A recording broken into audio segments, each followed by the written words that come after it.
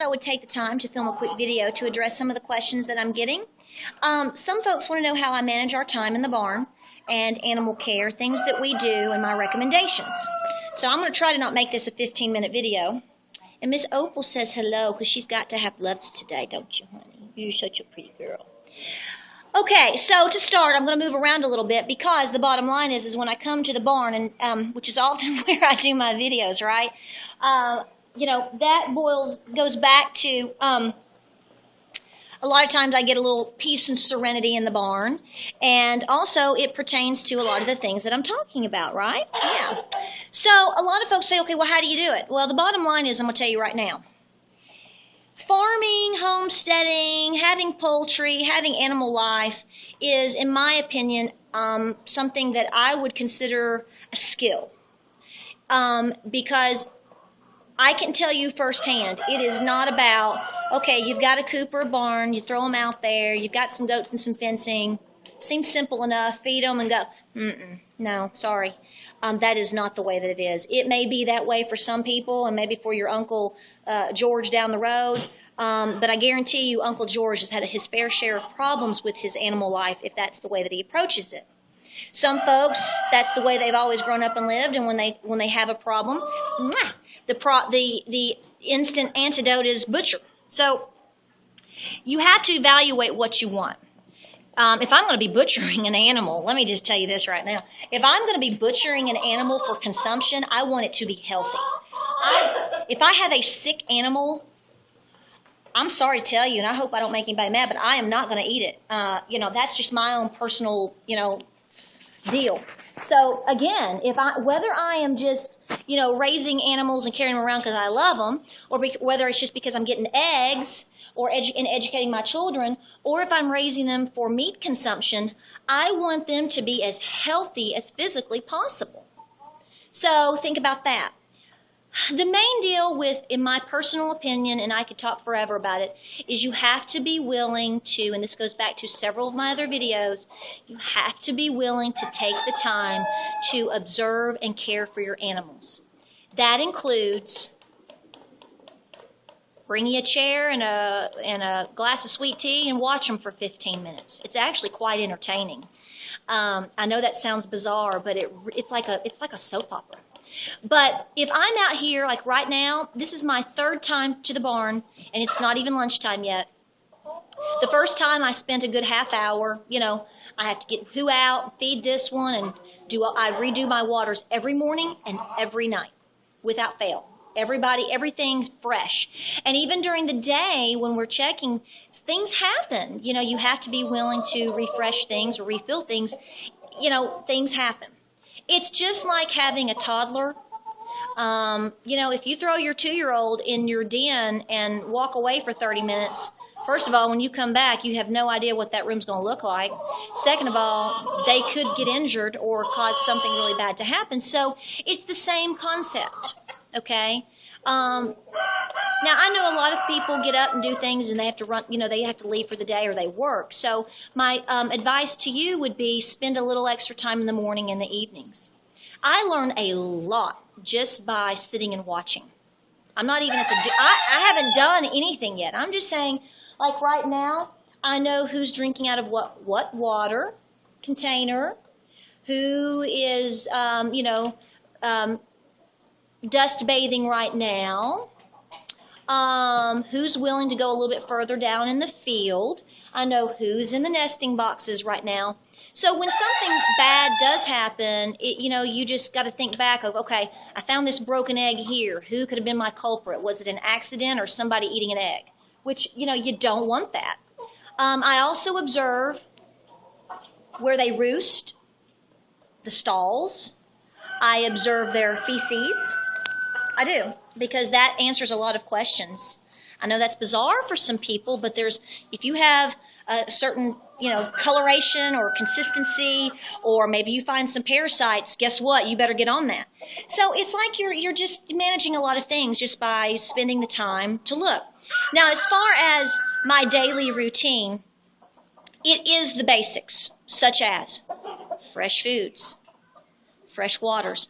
I'm a stickler on making sure my water containers and my food containers stay clean as physically possible. I may not wash them out as far as a full cleaning every day. Well, if it's bad, I do. But as far as, I go through a routine several times a week. I take them to the sink, I scrub them down, and, do the whole deal. It's important to keep them clean. Going back to the whole parasite issue and illness issue. I also am big on keeping my containers of food pretty well stocked, and separate. I do that on purpose because there's lots of dynamics with animals. From roosters, and then you have your hens, and then you have your pecking order going down. There's some that just, kind of have to go do their own thing in a way. Like Miss Opal, she's very independent. She does not run with any of the roosters. She keeps to herself. She's a very small bird. Right now she's at my feet, aren't you, babe? And she keeps to herself. So I keep a special eye on her because, I don't want her to get picked on, which she has not. She just does her own thing. So those birds, or I have one or two birds that are injured, so I have to make sure that I keep an eye on them, and I also feed them separately. They don't have any trouble getting in with the rest of the birds. I just baby them a lot. So that's just a personal thing. But some of the things that I do as far as my food, water, etc. I'm very big on my goats getting fresh hay. I'm very big on making sure that their stall stays very clean and cleaned out as far as their droppings and the urine. The ammonia will knock you dead if you leave it alone, so you have to clean it out. I'm also very big on watching my nesting boxes.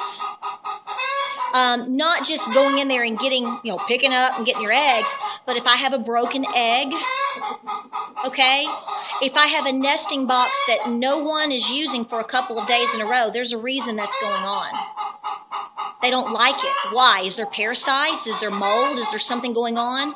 So by observing leads me to actions, which is typically a lot of cleaning. I'm very big into putting apple cider vinegar in all of my water. I do probably at least, I don't measure per se, because I clean my waters. All of my waters get cleaned out anywhere from 2 to 3 times a day between me and my son and my husband. But I'll do a good, I don't even have a full, maybe a gallon of water, 1 to 2 tablespoons per container or bucket. But I find that the more natural the approach I take with my animals, the healthier they are. Some people do not take that approach. I've had my goats for over a year. I have had chickens for 3 years. And with diatomaceous earth, a good stock of treats such as mealworms as protein, lots of natural vegetables and seeds, pumpkin seeds, watermelon seeds, cucumber seeds, and just common sense, old school time management, I have never lost a chicken. My goats are doing wonderful. And so until I have to go extreme with something, I don't. But for example, I was able to save one of my chickens who was egg bound. Her name is Katniss. This one over here, and this may be Katniss doing this right now. Had I not been going out to the coop a lot well, you tell it, honey. Okay. If I had not been going out to my coop and observing behavior, I would have missed that she was very ill. My approach with that was to, of course, take her, put her in a warm tub of water inside the I took her in the house, had a tub, filled it with very nice, warm, comfortable water, and submerged her at least past her vent, which is where the egg comes out, and massaged her. And then we did that for a while, and then she was so ill that she let me blow her dry with a blow dryer.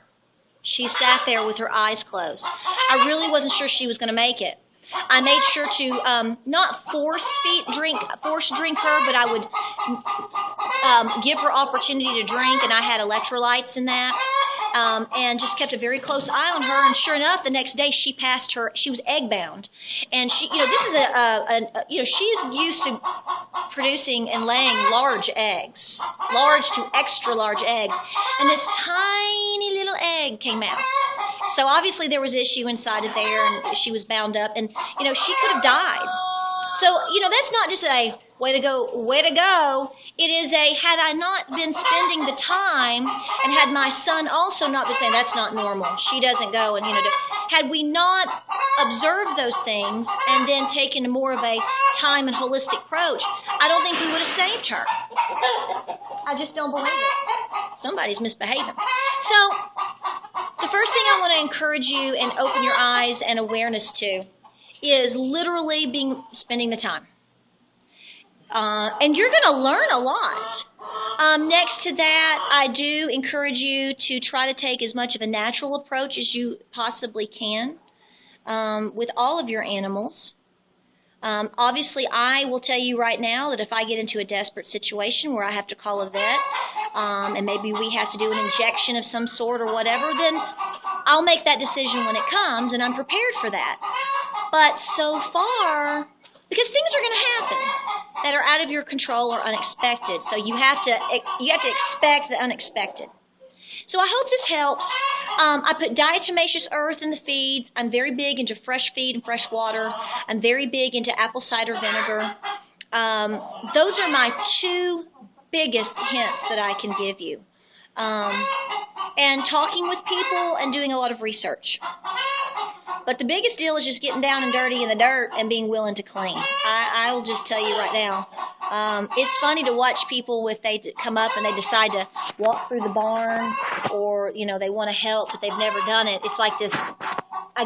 This is the look, and then the hand, if they have to touch something, it's like.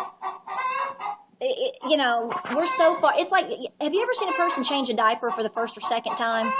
And then, when they first have their first baby, and then 6 months later, it's like they can do it with their eyes closed. That, they're going to get poop on their hand, and it's just part of life. It's the same type of deal. So, I hope y'all are having a great day. I have another video coming up a little bit next. Actually, I'm going to go ahead and film it because there's a hot topic right now, and I want to discuss it. So, I'm going to shut this one down, and we'll start again as I've got somebody else coming up to visit. So y'all have a good day. I hope this helps. Send more inboxes if this doesn't address your questions and concerns. It's kind of a broad, topic, and it's a broad discussion, but, just get out there and do it. We'll talk to you soon.